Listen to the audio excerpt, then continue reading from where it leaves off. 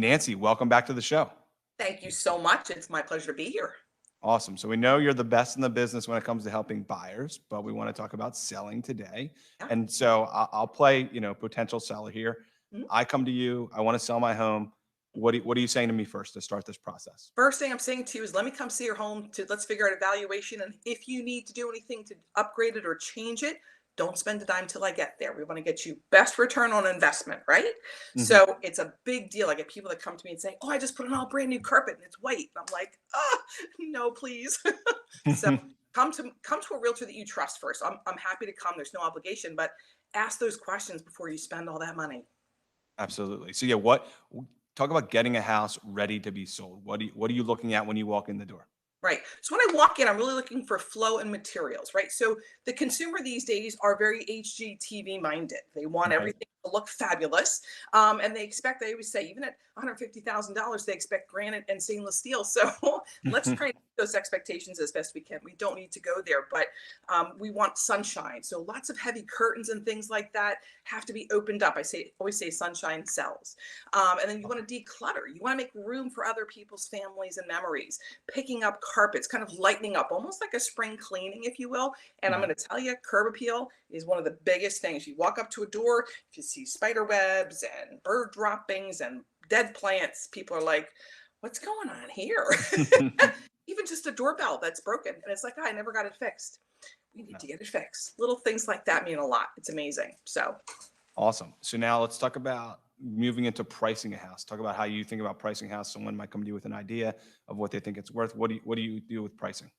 yeah, so pricing is the biggest part of the marketing strategy. So even in this market where it's a seller's market, if the home is priced too high, no one's going to come see you. So I always call it realistic and optimistic, right? So realistic means the bank is going to agree with our price. The bank is going to say, yes, we will finance this property because we're not just selling it to the buyer, we're selling it to the buyer's bank.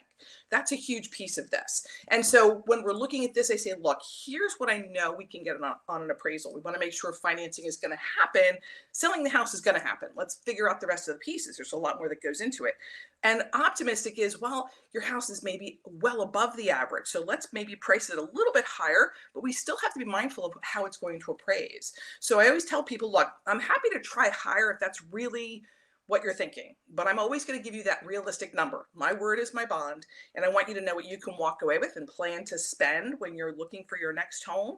And so if we can get to that optimistic number, fabulous. And when we price it right, bidding wars. I mean, my goodness, 4, 5, 6, 15, offers are way better than having to try and negotiate one. Absolutely. So you talked about price being the biggest part of the marketing strategy, but there's obviously a lot that you do. Marketing is part of your forte there for sure. So Yes. talk about what else goes into that marketing strategy of a home. Yeah. So when we're marketing a home, we know who that buyer is going to be. If you're a first time buyer, we really want to talk to that person about what their payment looks like, right? Think about when you shop for a car. They don't ask you how much you want to spend on a car. They say, what do you want your payment to be?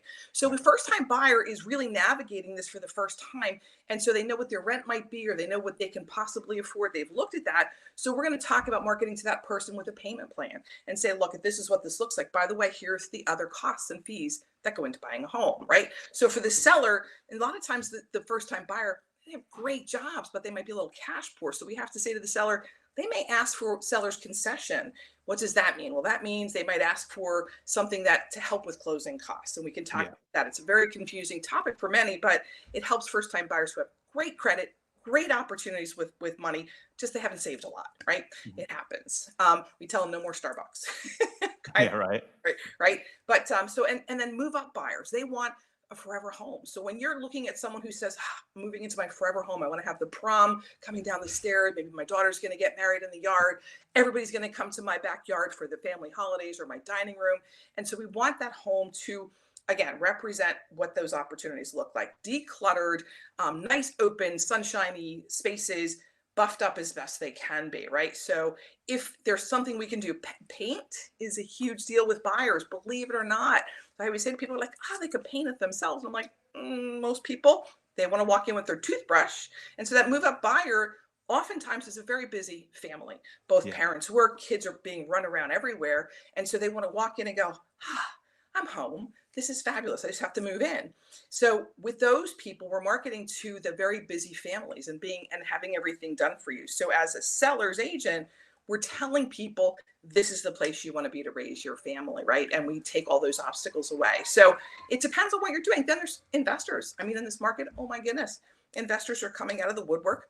You can make money in real estate. And so when we're looking with investors, we say to them the same thing. I look almost like with a jaundiced eye. I don't sit there and go optimistically, oh, we're going to get you all this money for a house. Think about the cost going in. It's very expensive for building materials right now. Let's think about that. So there's several different categories and nuances in all of them. And we're talking to the seller about who that person is going to be. That's the biggest part of marketing that house.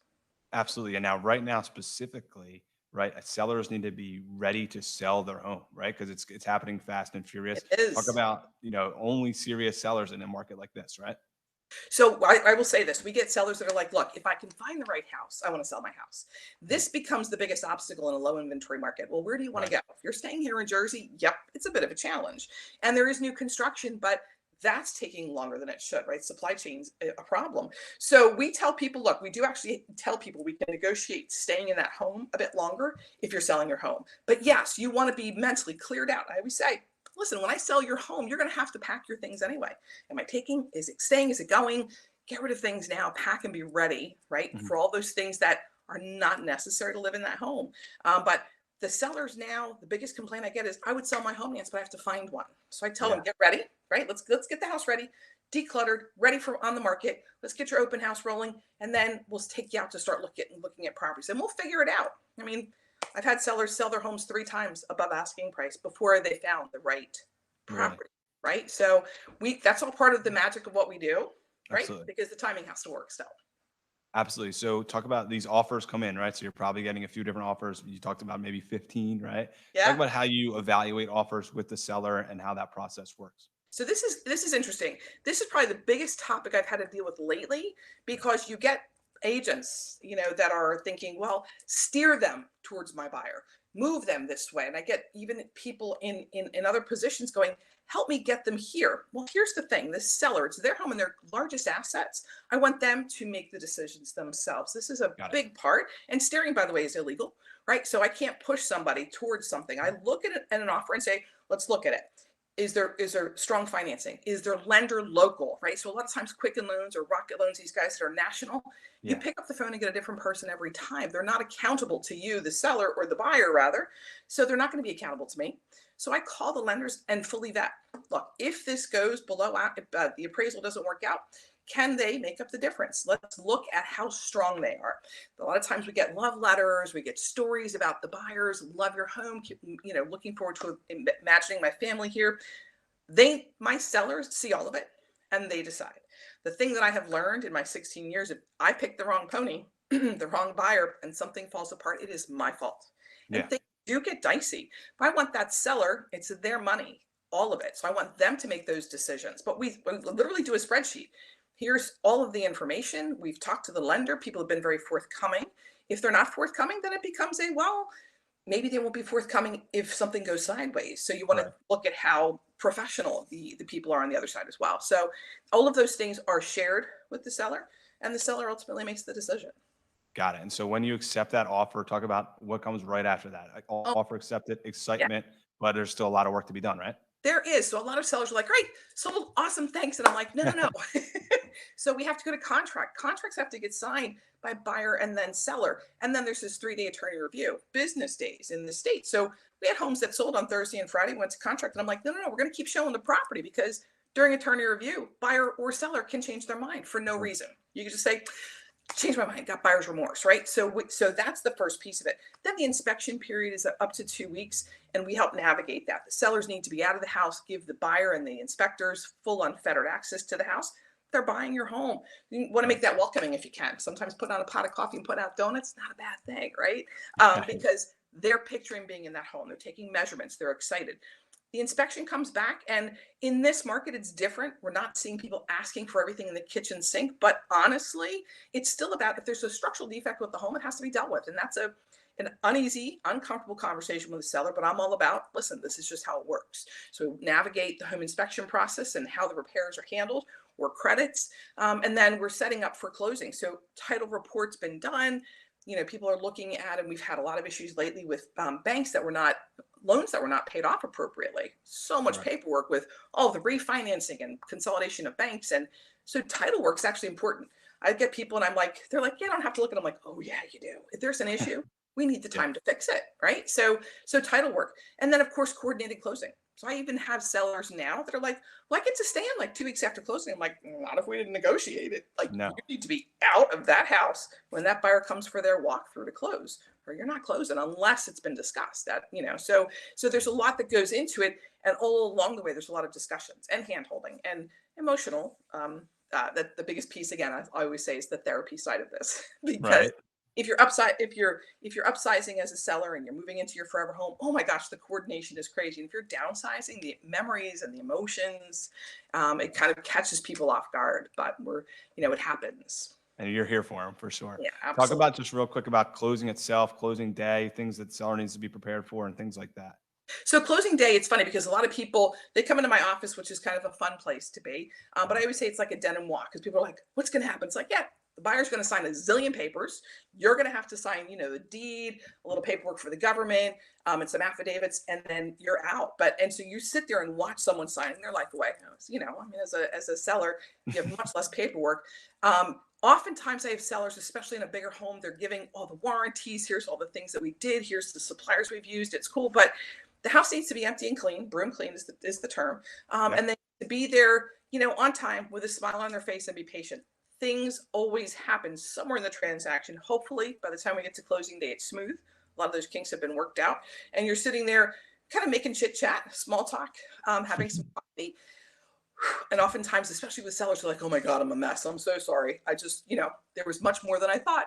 I found a closet that wasn't empty." So closing day is about just taking a deep breath, being present, and then once it's all done, going to celebrate and move on to the next steps. Got it. And so real quick, we crushed the selling process, but you also, like you said, you're going to have these sellers ready to get in a home that works for them as well, right?